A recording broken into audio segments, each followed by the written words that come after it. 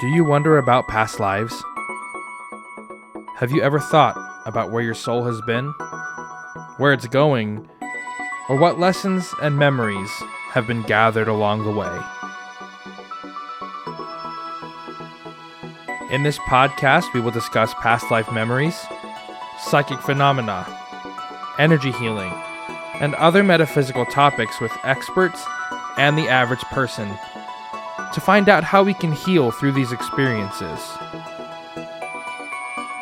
So I invite you to join me on my journey. Welcome to the Regression Session.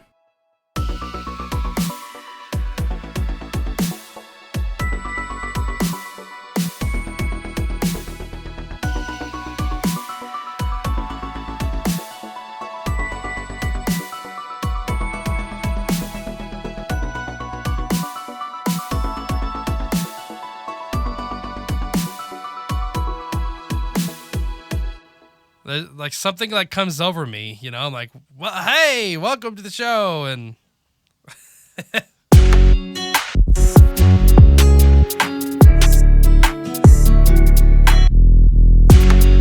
welcome back to the Regression Session. My name is Ian, and welcome to the Regression Session to any new people. Thanks for tuning in.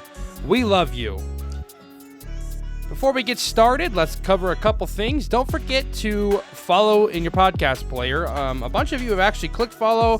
Thank you for doing that. That really helps get the show out to more people who might be interested. Helps bump me up in the algorithm. I'm gonna get my show on YouTube soon, and I'm also gonna release my own website to go over my coaching business, go over my past life regression stuff, and a couple other things, so watch out for that. That's a work in progress. I've also partnered up with Dr. Bruce Koloski to bring a board certification to up-and-coming clinical hypnotherapists and up-and-coming past life regression hypnotherapists.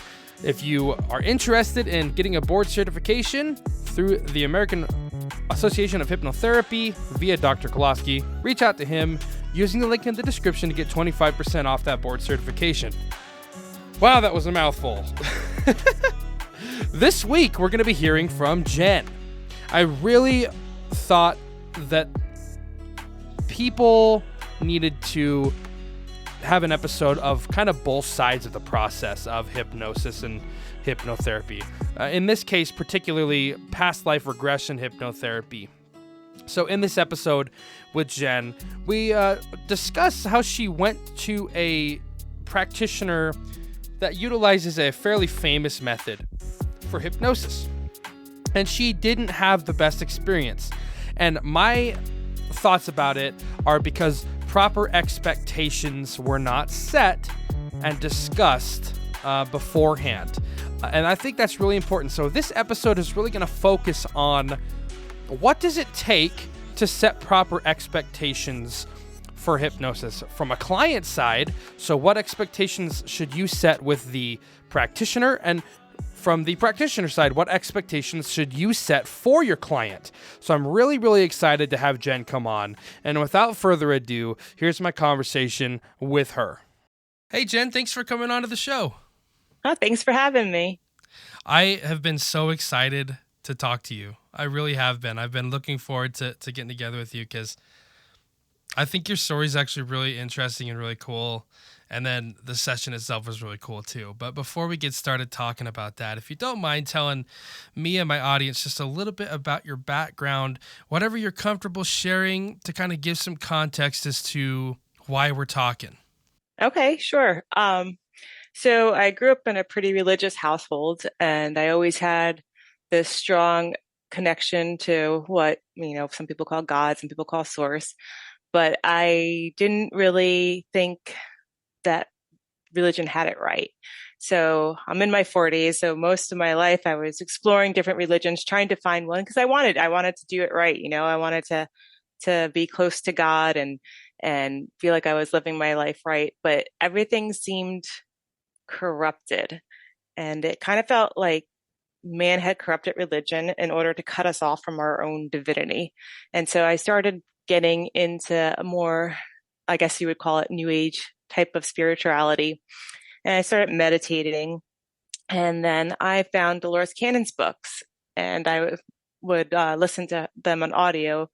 And I went through a bunch of them, and I was really curious. It was like fascinating finding out how these people had these past lives and as other on other planets and other things and these higher level beings. And a lot of it just made a lot of sense to me that we had these higher selves, and that reincarnation just made sense to me because it doesn't, the whole Christian theology that you come here and if you screw up, you're going to hell and that's the only chance you get doesn't really strike me as something that a loving God would do. So a lot of what Dolores Cannon found out through her sessions just rang true.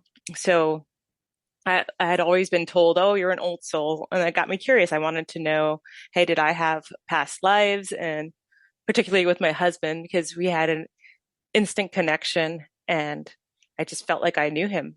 And one time I had been meditating and I had visions of him and I together. And one was we were like primitive ice age people. And I saw this guy who didn't look like my husband, looked completely different. And I was like, but I just knew, I'm like, oh, that's him. And we were together in this past life. But typical, like I self-doubt afterwards. It felt really real in the moment. And then I'm like, oh, that's just my imagination. But then I heard about the QAHHT that Dolores Cannon promoted, and I was like, well, maybe if I can book a session, I can see if that's really true. And I really did have that past life. And I looked into it, but it was super expensive. So I was like, oh, never mind, I won't do it. But then my husband, he knew I wanted to, and so for Christmas, he bought me a session, and that's how I came about having my first session. That's very. I feel like that's a very common kind of a story. What's crazy is like a lot of people are starting to wake up to like the whole. It doesn't really make sense that we only get one little blip in time to prove our eternal worth. Yeah, yeah. I mean, just us as humans, we're supposed to be flawed, lower spiritual beings, but I mean, it's not like our kids mess up if we're like, oh, that's it for you. Time for you to, just die and start, that's it, your only chance. So why would we only get one chance? That like we learn from mistakes. So you live a life and you make a mistake in it. That's a learning experience. It makes sense that our souls would learn from that and then have another life and be a little better the next time. So when did you start like just out of curiosity, when did you start like having those thoughts of like, oh, this doesn't really feel right. This kind of doesn't make sense, stuff like that. When did those first start like popping up? I dated a guy who was Muslim in college, and listening to his family talk, and they were like completely convinced that this is the only way and our religion is right. And I had grown up with different Christians, and my parents took us to different kinds of churches. So we weren't strictly Catholic, strictly Lutheran, strictly born again Christians. We went to all those kinds of churches, and everyone was like, our way is the right way. Everyone else is wrong and going to hell. And the same thing with the Muslim guy I was dating. His family was the same way. And I'm like, surely this is not right. And I guess that strictness within religion that, hey, this is the only way, that's what had me like, okay, no, there's been human influence on religion. And then I started doubting. So I look into Islam a little bit, and some of it sounded good, but then there's the same, just things that logically, like, that sounds stupid, And if the supreme being, he would make rules smarter, he wouldn't tell one sex, one gender that hey, you're inferior, and then you're going to have to serve this other gender your whole life. And it just like instinctively, like even Christianity with Eve being the big evil one, and like why is one, and then seeing in real life, okay, men have been in charge of society for so long and have brought war and destruction, and men are the more violent of the sexes. Clearly, most crimes are committed by men. So, but then Christianity is like, no, women are the evil one. I'm like, what? That doesn't make any sense. So that just had me questioning, like, okay, well, clearly this is not from God or from a higher power or anything like that. It's kind of, I didn't really necessarily want to talk about this, but it's kind of, I think it's important to to discuss this because I feel like a lot of people kind of have this same journey where they're like the cognitive dissonance starts to kick in and they're like, this doesn't make Exactly. sense. Yeah. If God is loving, then why is there so much hate in his churches? Yeah. Like Yeah. why does everybody claim that they have the truth and everybody else is wrong and going to hell and gonna Hmm. burn for eternity? It doesn't really make sense. Like when you're looking from the outside, you're like, huh. It's like when you're fully outside of it and you look at all these other people, it's clear as day that you're like, oh yeah, this is all about money and power, Yeah. Yeah. right? Yep. A couple interesting things that you might find interesting, and I don't know, maybe some other people will find it interesting. As far as like the concept of God and the concept of like Adam and Eve, have you ever heard of the stoned ape theory? Yeah. I totally have. Yep. So yeah, so something very interesting, and I cannot quote the exact name of the society or the tribe or whatever they were. So don't, anybody listening, don't, if you know, feel free to comment it. But there was like a tribe or a civilization that they had a completely different view on the Christian and Abrahamic God, Hmm. right? We'll just call him Yahweh just to keep it simple, right? So Yahweh, basically what they looked at him as is not a god, but like a spirit or an entity Hmm. that basically eats suffering and hate and things like that. So basically what they were saying at the time, this is found and discovered in their ancient writings and things like that.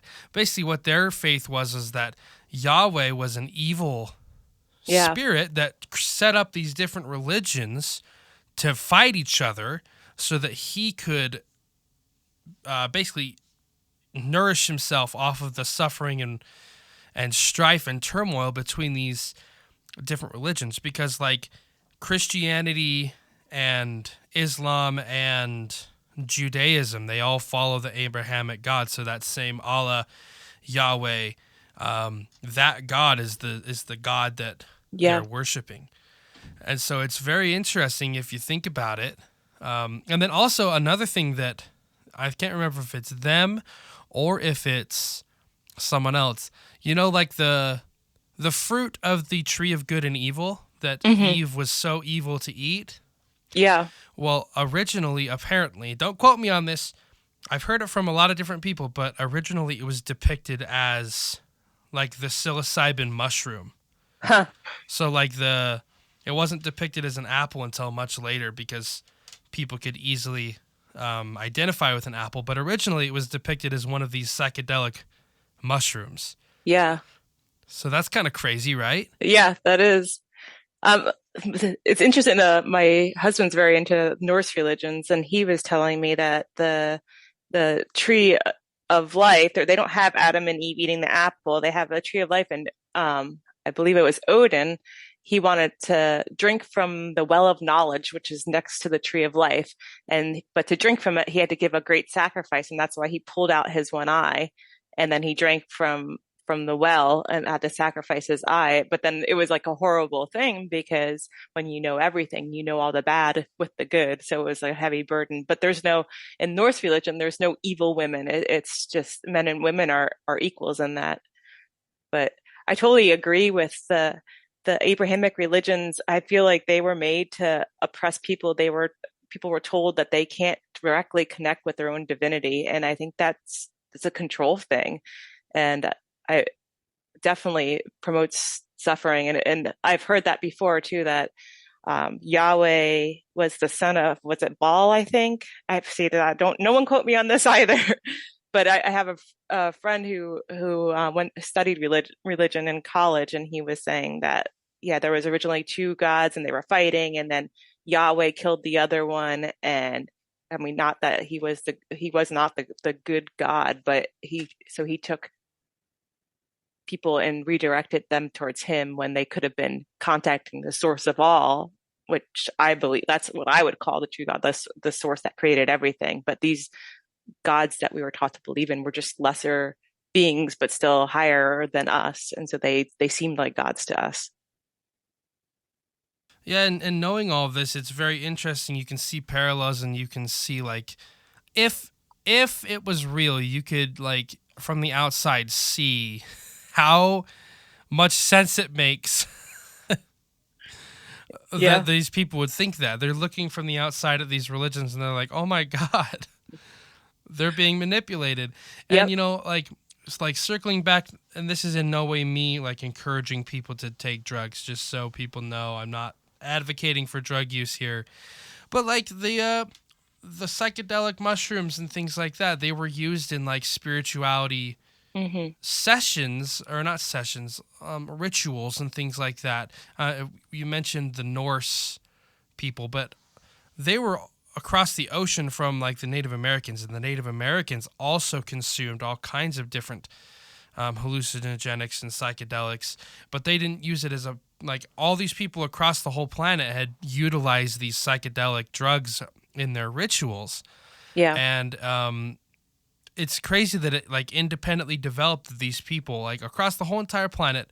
They're like, hey, we need this is like a conduit to God basically, or to like source. Yeah. Then all of a sudden the big daddy Catholic religion comes in and says, no, no, no, no more of that. We're Hmm. not doing that.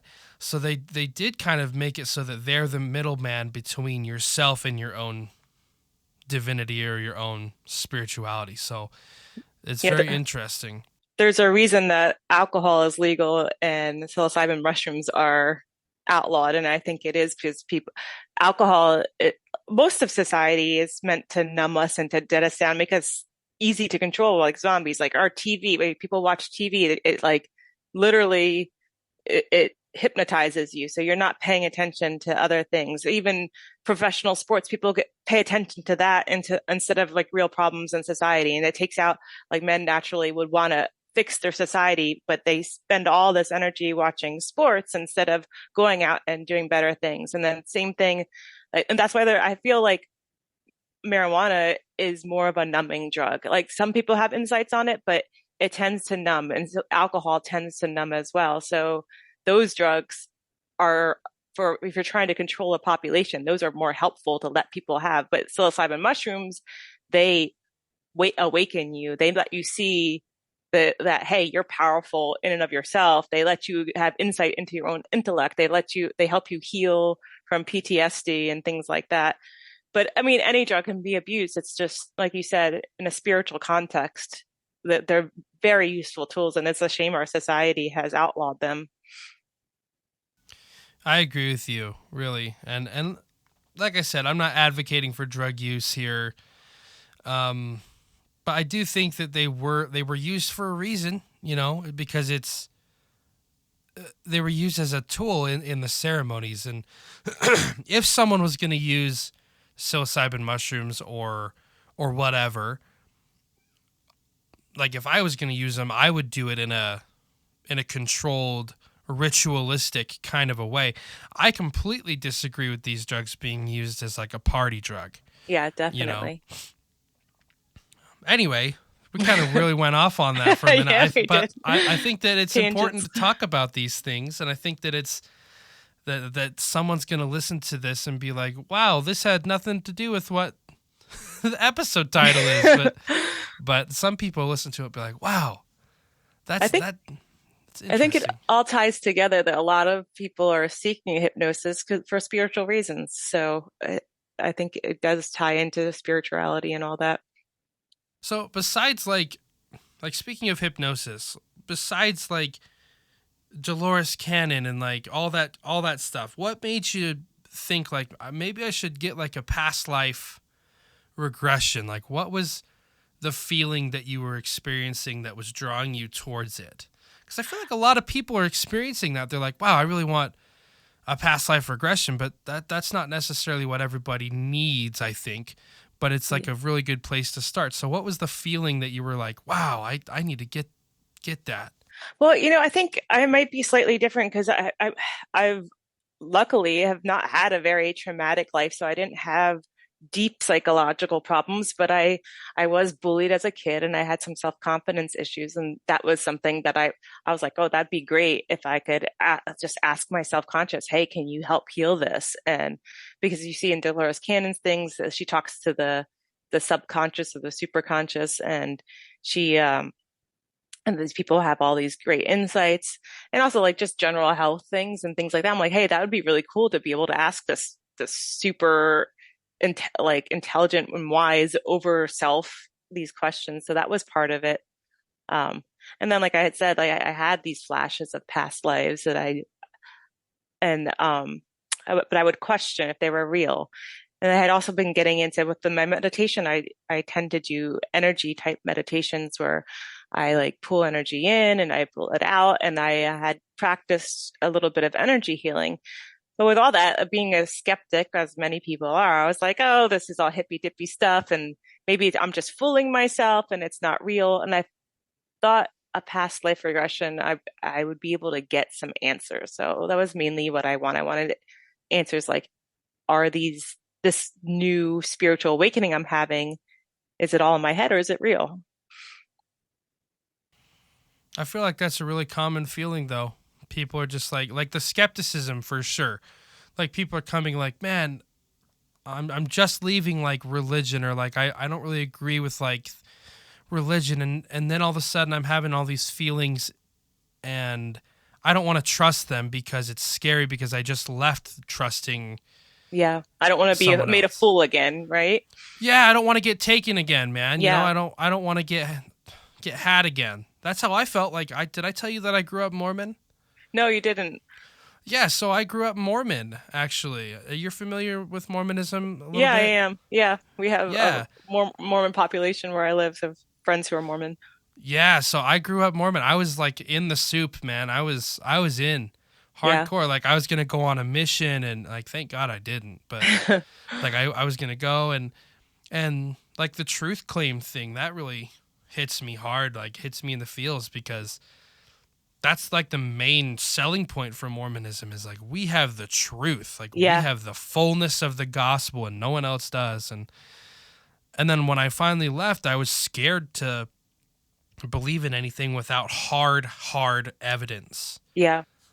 And so, oh, go There's ahead. something comforting and like, oh, okay, this is the right way. And if I just follow these rules and do what these people tell me, everything's going to be okay. And then when you give up the religion of your childhood, I feel like that's the hardest thing. Is like all of a sudden you're you don't have this higher source saying, hey, this is the way you live your life. It's all on you. I'm like, it's kind of like parenting when you, you go and you have that your first kid, and then you leave the hospital with the baby, and then you realize, oh my God, I am responsible for this being. And then same thing when you leave religion, and you're like, okay, I'm responsible for my whole salvation, and I have no guidelines now. So it's a lot of pressure. It's kind of lonely because you don't have this big group of people saying, "Hey, no, you don't worry, we've got it right." Yeah, it's like entering a free fall. Yeah, You just definitely. like all the structure, all the railings, everything just gives out, and it happens all at once in it. And then you just start falling, and you're like, "What am I supposed to do now?" Yeah. Right?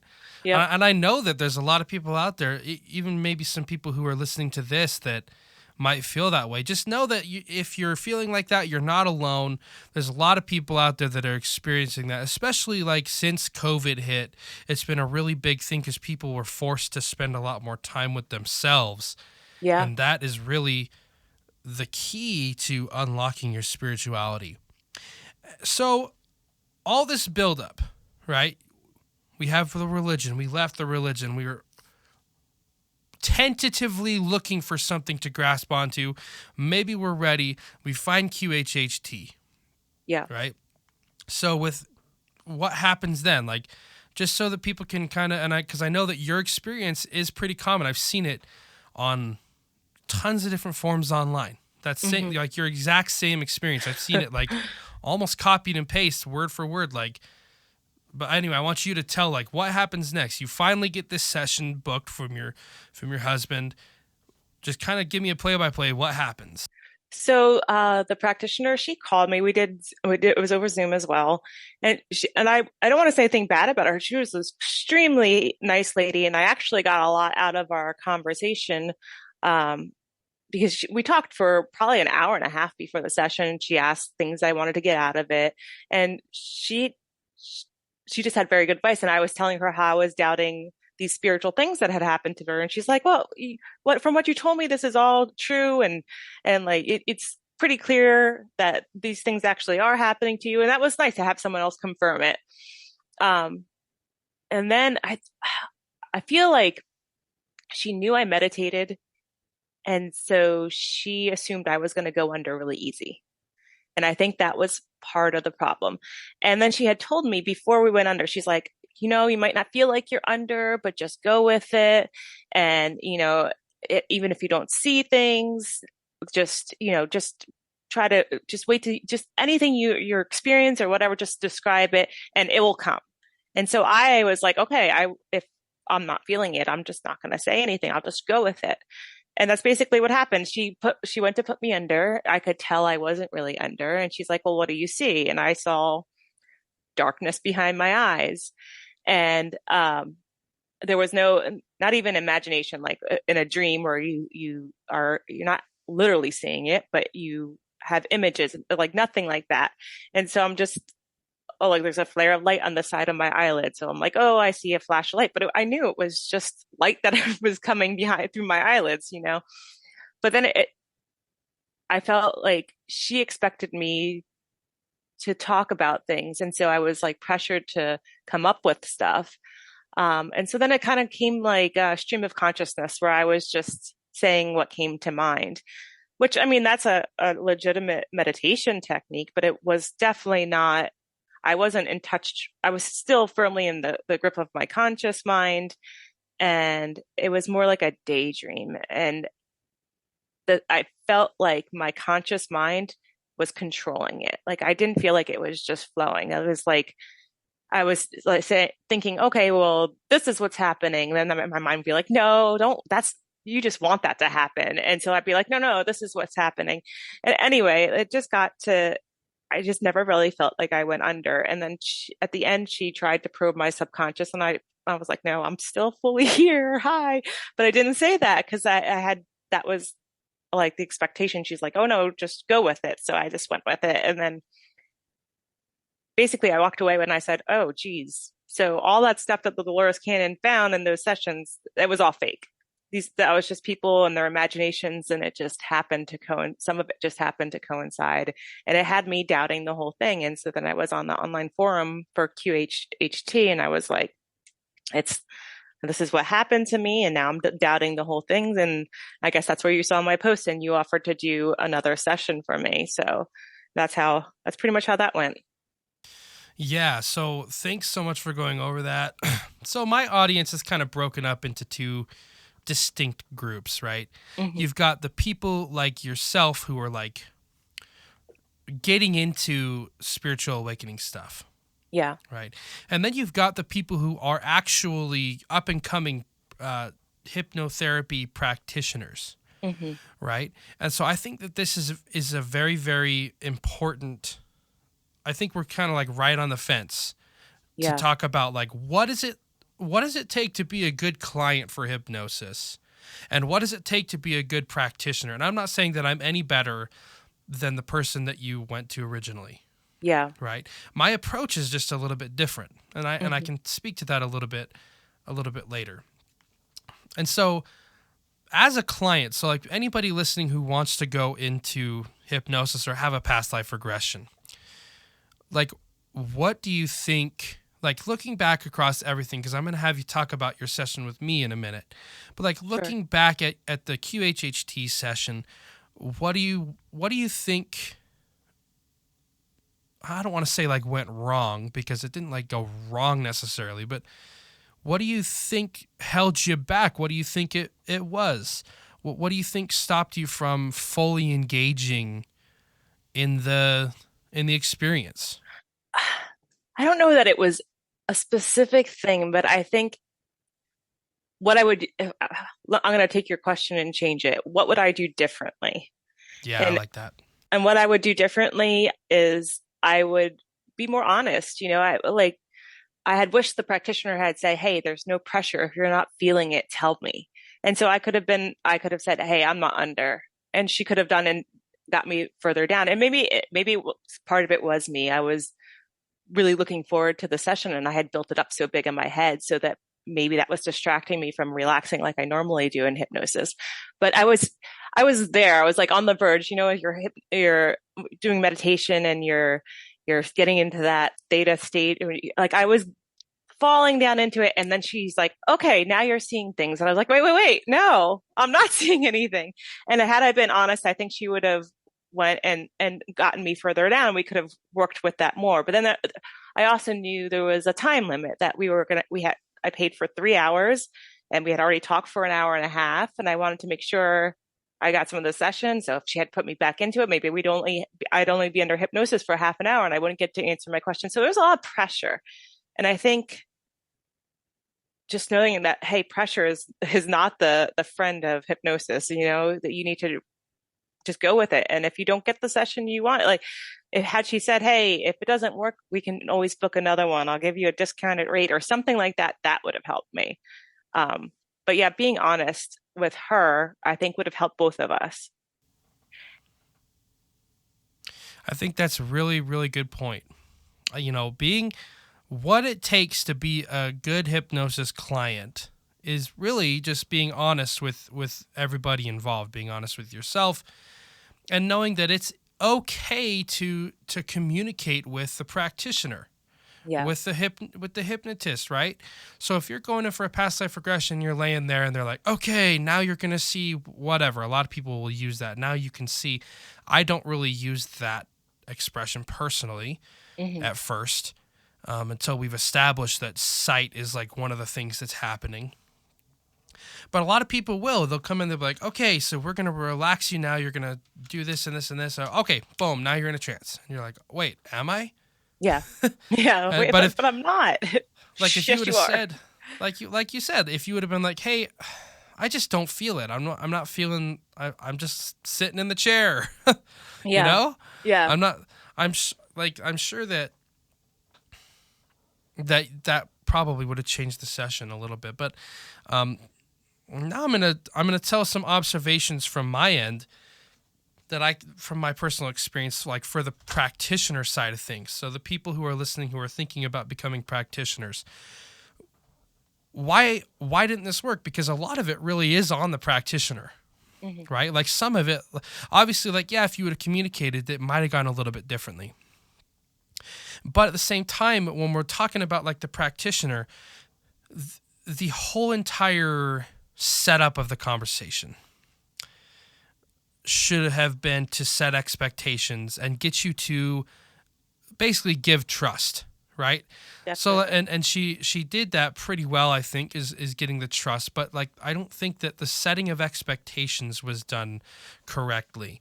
Yeah, you're right. She did not tell me what to expect, and she told me she didn't tell. She told me this is what's going to happen, but that was one in the range of things that could have happened. Had she been more specific, more like actually expanded on that and said, "Hey, these are the different things that you might experience, and this is what this is how it could be like, or it could be like this," that would have been helpful, and I think it would have helped me get under better. Yes, and I agree with you. So for anybody listening, the whole point of me having Jen come on here is to talk about this exact thing. So the purpose of having like a conversation with your client, or so like if I was going to do, well, I'll just have you talk about it in a minute. But Sure. basically the whole point is to get trust and set expectations. So the problem with like all these training courses and things that are set up independently, like QHHT and things like that, the Newton Institute and all these things, is that you get taught a method, right? You get taught a step-by-step process on how to take someone into a hypnotic state. Mm-hmm. And what ends up happening is you follow this process, and it's like a cookie cutter process. And so there's a couple things that can happen. First, you get too comfortable, and then you start to expect certain things from your cookie cutter sessions. Yeah. And then the second thing is you're not flexible enough to address the outliers. Mm-hmm. And so if she would have been more flexible and asked you like, so how's it going? What are you seeing now? What's going on? Like, tell me what you're experiencing, instead of like, now you're seeing this, now we're gonna go here. I just don't think that leading people through those types of questions of like, hey, now you're gonna go here, now you're gonna go here, and like very specifically making people go to point A to point B to point C that you've kind of pre-built, it's not really that effective. Yeah. Because I don't do my sessions that way. Everything is kind of up to the client, where they go, what they see. I have a loose kind of like skeleton structure for it, but typically I leave it up to like the imagination. And one thing to be that I would like to mention on the client side of things, and I think I might have said this to you, is like, if you feel like you're imagining it, that's okay, because imagining things is the first step to getting into hypnosis. Mm-hmm. Did I mention that to you when we Yeah, did our well, session? you did. I think you did a visualization exercise, and that really helped. You had me picture an orange, and we talked about how I'm not actually seeing the orange. I can see what an orange looks like in my mind's eye, and that really helped me understand. Okay, it's not going to be like a movie playing that I'm going to be watching, and then just the exercise of, okay, picture this orange, like notice the texture, and it can notice the smell. If you were to bite that orange, what it would taste like. It's like exercising that muscle that you use during hypnosis, and that helped me get there. Like, okay, I can do this, and it not only set up the expectation, but it gave me practice in what I would be doing through the hypnosis session. So that was like super valuable. Yeah, because the vast majority of people aren't going to see a movie in their head. You Yeah. know what I mean? Yeah. It's like that's a very unrealistic expectation to have for people on both ends of the practice, the client end and the practitioner end, where people are like, "Hey, now you're going to see this. You're going to be watching this like a movie." Hmm. And then all of a sudden you get in there and you're like, "Okay, there's no movie here. What am I doing wrong?" Yeah. Right? I think that the best way I could describe it is it's like a memory. Like we can, a lot of people will have a memory. We can kind of relive events, but you're not seeing it completely clearly, but it's still real in your head. Like, you had that memory. And when I was doing the session with you, I was actively living memories, which makes sense. It's a past life regression. So you were remembering something happening from your past life. And so it's way more detailed than, I don't know, just what happened to me the first time. It was just really foggy, unclear pictures.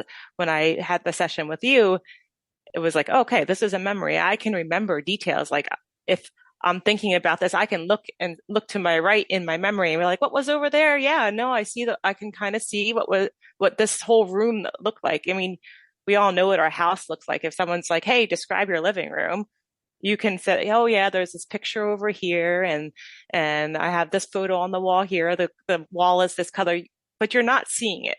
And I think that's a really good way to describe it. You're going to have like a vision that you would have as if you were having a memory. Yeah, that's perfect. That's like a really, really great description of how it works. And that's one of the exercises that I use too sometimes, is like, I'll be like, picture yourself like standing outside of your office and like touch the door, describe what you're feeling when you touch the door, run your hand along the doorknob, sit down on the floor, touch the floor. And then that's like, you're not feeling the door, right? Yeah. But you know what the door feels like, and you know what it's like to sit down you know what it would be like to sit down. That's a perfect way to put it. And so anybody listening who wants to be a hypnosis client is just kind of, don't go into it expecting a movie. Go into it expecting to remember, like a memory. That's Hmm. a really great way to put it. So let's talk about the session that you did with me. So after I reached out to you and was like, hey, that's actually a really common thing that happens, unfortunately. Maybe I can help out and do the session. So what kind of happened from there? Just kind of tell me your side of things. From when we started the session, you mean? Or from whatever you want to share, like your interaction with me. Well, I was just relieved, because when I had the session, I had all these high hopes, and it really rocked my whole belief system because here I'm like we talked about earlier, you when you give up your childhood religion, you're kind of left on your own. It's like you've made this choice yourself, and there's a lot tied up in that. And so part of my new spirituality was believing that I had past lives and that I should be able to see them. And when the QHHT session went badly, it had me questioning everything. Like, am I just Again. fooling myself? Yeah. So then when you had the session, you would reassure me. You're like, I think you just had a bad session. I don't think you should put so much stock into it. I'd like to do one for you. And I think you could find these past life memories. And I was like, okay, well, if it's common, and you told me that, like, hey, this happens a lot. You're not the only one, but then people do go on to have successful regressions. So I was like, okay. So that reassured me. And then, when we set it up, I was nervous about it. I'm like, okay, now that pressure was still there. But I think your confidence in that, like, no, this has happened before, and I bet I could get you under, helped a lot. And like I said, the exercises, the visualization, really getting my expectations where they should be, relaxed me right away. And then you went in and you started off with more of a like self-help type thing, like, hey, what are you trying to get out of this? And that was helpful too, because it just got me, because your subconscious has the answers, right? So when you're like, okay, your major thing is you wish you were more confident. What do you really want with that? And we worked through it. We went deeper and deeper what I want with that. And that exercise in it alone was getting in touch with my self-conscious. It's finding the root of a problem you're having in your life. Like your subconscious knows the answers to that. So then as we worked deeper and deeper, I was opening that up, and it was kind of shutting down my conscious mind. So it was a perfect way to slip into the regression, because I was already going under through that without even knowing, because you hadn't actually like counted me down or anything yet. But it had gotten me into that frame of mind, and I think gotten everything more open and flowing. Yeah, and it like watching you, because I usually like to have the camera on so I can see like you had what happens, like for any practitioners listening, what happens when you do these like working on the current life problems before we work on past life problems. What happens is it gets you, the client, into a very, very relaxed, light state of hypnosis. So when you were going through, you stopped thinking about like, oh, my kids and my house and all this stuff, because all you were thinking about was yourself, and you were going deeper and deeper into yourself. Yeah. And then like you started getting the rapid eye movement. And Yeah. that's when I knew that you were in the state of light hypnosis. And so after that point, after you had felt comfortable in your current life, at that point, taking you into hypnosis was like the easiest thing that I could have ever done in my life. Yeah. Because you were already in hypnosis, I just had to take you deeper. And you said you're hypnotized right now. And I was like, oh, am I? Yeah, I think I kind of am. But that's another expectation. You don't think you're going to remember it, because we have these things of the movies, where people are under hypnosis and they're like, what happened? And yeah, but I was aware, but I was aware that I wasn't in my normal state of mind. So when you said that, I was like, yeah, actually, that's true. And you had told me earlier, hey, if you're not under, let me know. So I didn't feel pressure to be like, oh, he said I'm in hypnosis, so I must be. I was like, no, actually, I can tell I am. I'm not in my normal state of mind. Like you said, there wasn't the, oh, what do I need to do tomorrow? I need to go grocery shopping. That had gone away. And it was almost like a state of flow. Like when they always say that, you get that state of flow. Like, I used to work as an artist and I get in that flow state and everything else kind of disappears. And that's basically what happened. I was completely focused internally by trying to find the root causes of my current life problems and things that I'm working on myself. And you ended up going on to have a very beautiful memory. Really, Yeah. it was a very very beautiful memory. Would you mind talking about your session just to kind of share a little bit about it so that people can see that it is possible to go through and have an experience after you've had a flop, I Yeah, guess, for a lack of a better word. for sure. Um, so that memory was pretty much the reason, like one of the main reasons I wanted the session, besides the other ones we talked about, what was a huge factor because my husband and I, he's my second husband, so we both went through some bad marriages, and we met pretty quickly after we had gotten divorced from our exes, and right from the start, it was like just two puzzle pieces coming together, like boom, like this, we just picked up where we had seemed to have left off. It's like how and I would say, I'm like, gosh, this guy's a stranger to me. But like the first time we made a meal together, it was like a choreographed dance. Like we just knew what the other wanted. I'm cutting something, he's washing, and we just passed it off. And everything we did together right away when we first started dating, it was just we just flowed together like we were an old married couple. And I just had the sense, I'm like, gosh, we must have been together in a past life. And then, like I said earlier, one time I was meditating and I got flashes of him and I.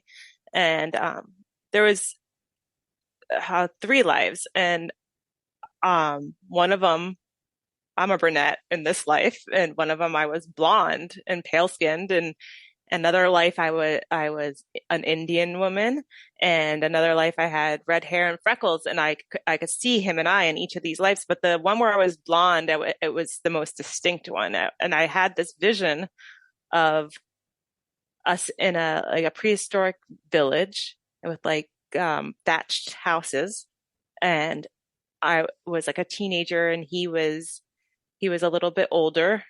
Oh, he was also a teenager, but I like kids would do. He was chasing me and he ran and he grabbed me, knocked me over and like and then like picked me up and spun me around. And I was like, oh, that was my husband and that was me. It was just like in this, and I like stopped my meditation. I was like, wow, we were so in love.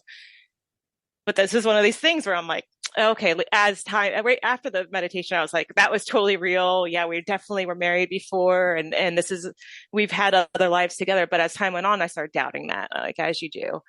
And I was hoping to have that past life in my first session when I had it with the QHT practitioner. But because I wasn't under and I knew that I wanted it so bad, when she asked, have you had any past lives on Earth? I was like, well, I feel like I have, but that's just me wanting that. So I'm going to say no. And so I said, no, I had no past lives on Earth. And I knew that was my conscious saying that, my inner skeptic or whatever. So when I had the session with you, I went back to that life, but a different scene. When I first went into it, I was looking out over prairie grasses, and I could tell it was late summer.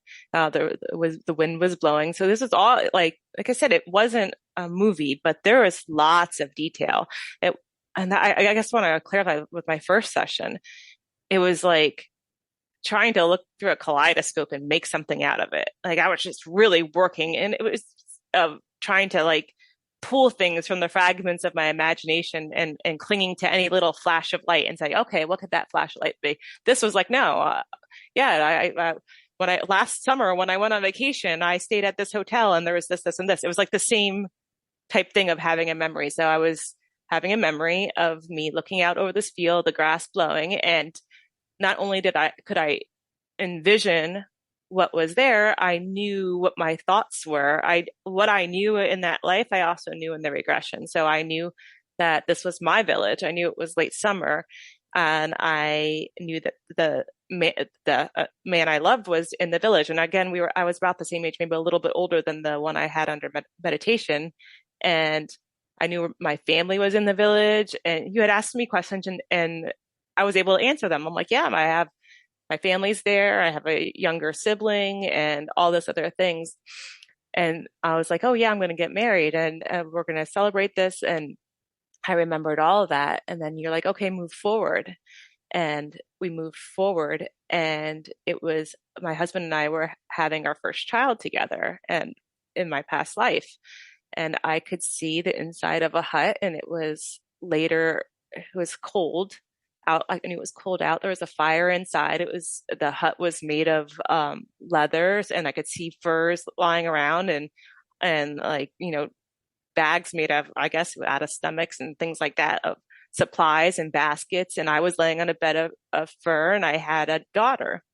And I look, and I had the baby, and I handed it to my husband, and he was holding the baby. And it was so emotional because in this life, it's our second marriage, and we had kids with our exes, and we didn't have kids together. And it's been a huge regret in this life that we didn't get to have babies together, because it's just such a thing to bond over, to create new life together. And I always want, like, he's such a good dad, and I always wanted to see what he was like with a baby. And then in this past life, he was holding the baby, and I was crying when I was having it, because that was like another huge thing. There was so much emotion, whereas the old session, it was just like, oh, I might as well have just been making something up. There was no emotional attachment. And here there was like this huge emotional attachment, and like the tenderness of the moment. And in the memory, he came and sat next to me, and we were holding our daughter and looking at him. And it was just a really powerful,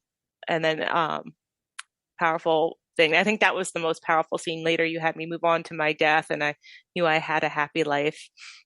But that one thing where seeing my husband with a baby, and I'm like, okay, we did this before, so it's okay that in this life we don't have kids together. We had them together in that life.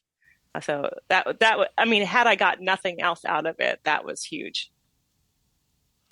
Yeah, and you it was like super, like the most natural thing in the world too. Like when you truly, like, from me speaking as a practitioner to like potential future clients, right? When you get into these memories, it's the most natural thing ever. Like, I was talking to you as if you were that person, and you were just like, oh yeah, I think I asked you, like, what do you do in the village? So, like, what's your specialty? And you're just like, oh, everybody just kind of does a little bit of everything, and Yeah. you kind of have to, just to get by.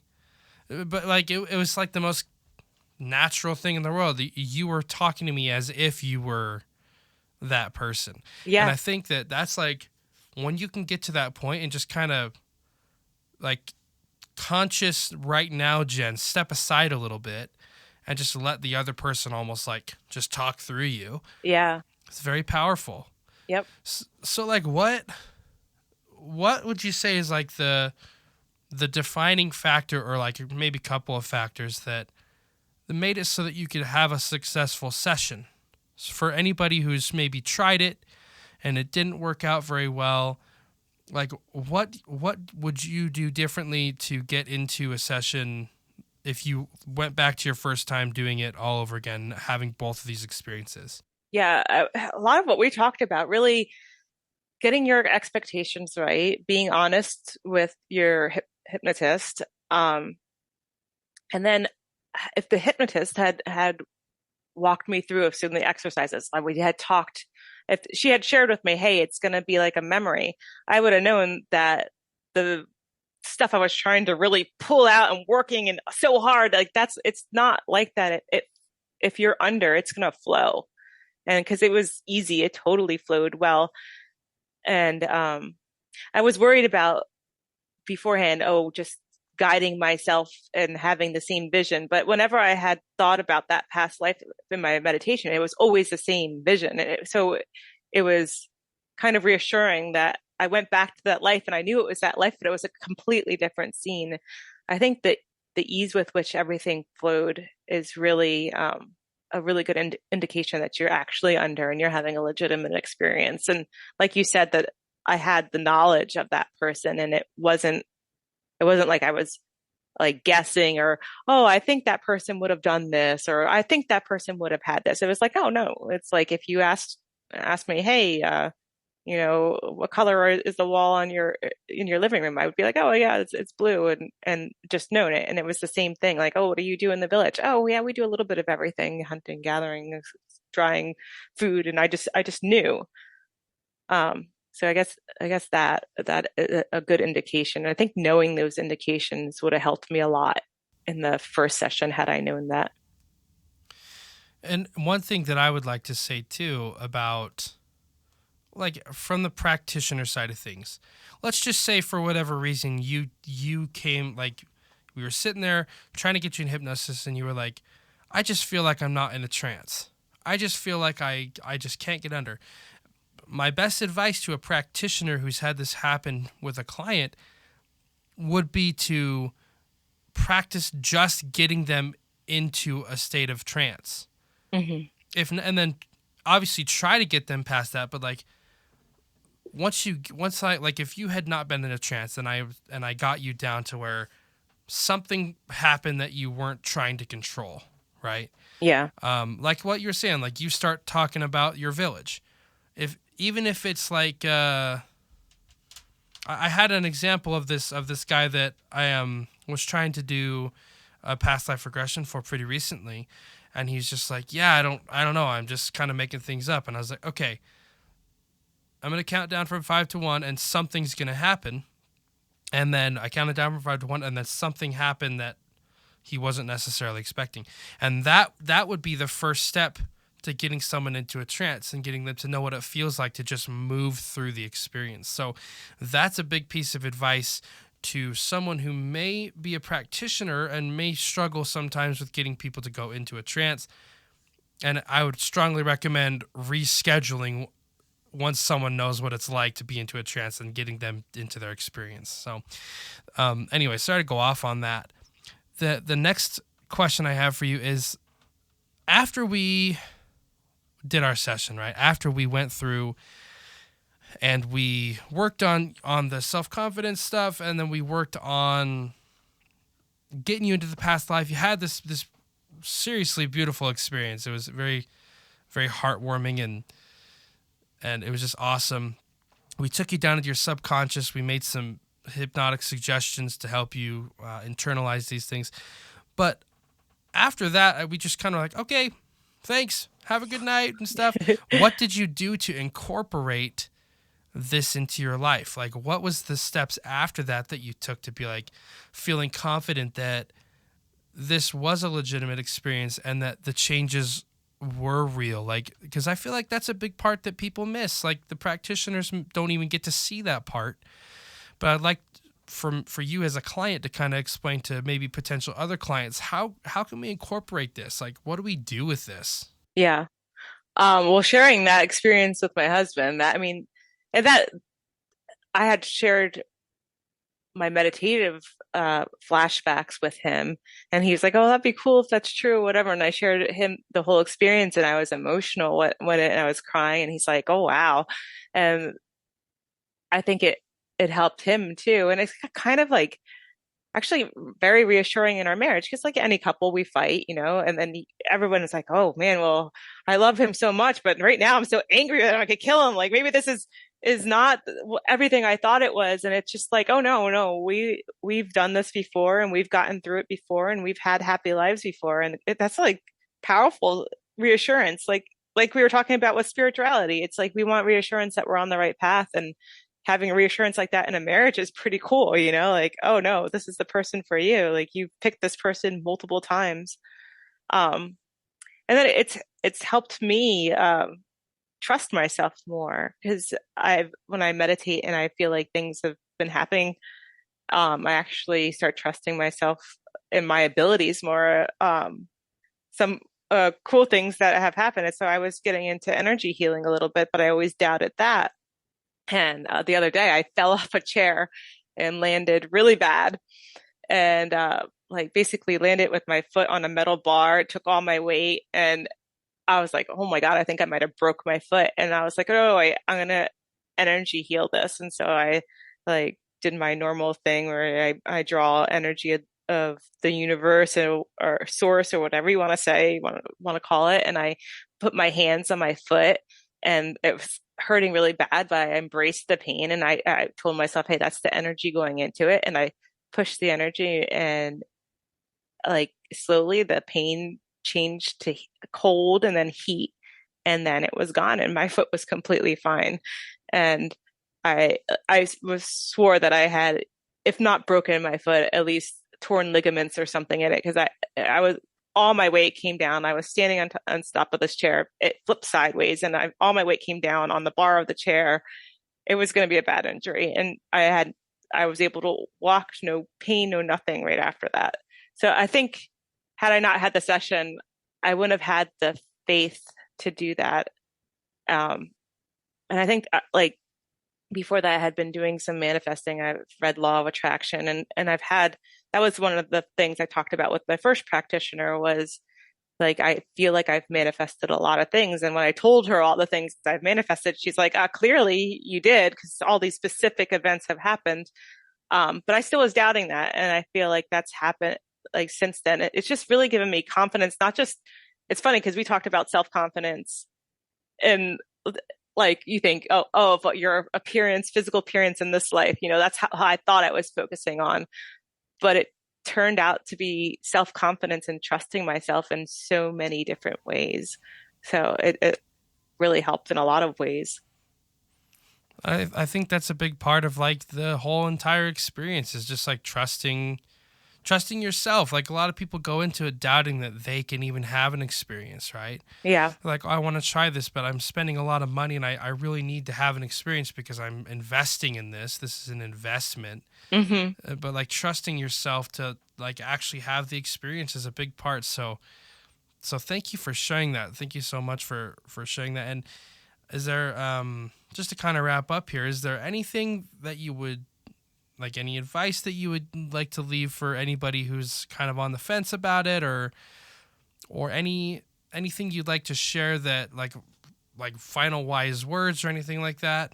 Well, I think to go back to the trusting yourself, like unless you're a narcissist, you don't, most people don't think they have all the answers, but we're not in touch with all the answers in this life, but we know our purpose in this life. We know the things we need to accomplish. We know our soul's shortcomings. And I think having faith that you can bring that out, it's really powerful. And I guess I would say, yeah, if you're thinking about it, go for it, because having it just reiterates that faith. You go in and you have this experience and you're like, wow, okay, I can trust myself. I do have the answers. And then you take that and you apply it in your life, and you trust yourself in so many different ways. And it helps you to just, I think, that's the goal in this life, is to improve our souls as much as possible. At least that's my opinion. I think we're here. This is the Earth School, and our job is to get better and to know the ways that we can do that, and to understand that way, hey, we have the answers of what we need to work on, and we're capable of it. That's going to make your life so much more meaningful. Well, that's a fabulous piece of advice. Thanks so much, Jen, for coming on my show and sharing your experience. I'm so glad that you were able to come on. I really think this is going to help somebody out there who's either had a bad experience or is kind of on the fence because they've read about bad experiences, Yeah. Because it is common, and it is a problem, and I got a lot more to say about it, but I'll just kind of stop it there and just say thanks so much for coming on my show. Yeah, well, thanks, thanks for the session you gave me, and thanks for having me. I'm hoping it does help other people, because I think past life regression can be a really powerful tool, and it kind of stinks that so many people have a bad experience. So I hope it helps other people have as good of experience as I had with you. That's it for today's episode. I would like to give a big thank you to Jen for coming onto the show, and I would also like to thank you for tuning in. If you're interested in becoming a board-certified hypnotherapist, reach out to Dr. Bruce Koloski in the description. Let him know you heard about him through my show. You can get 25% off of that certification. Don't forget to share the show around with all your friends and family so that we can grow the community and bump the show up in the algorithm.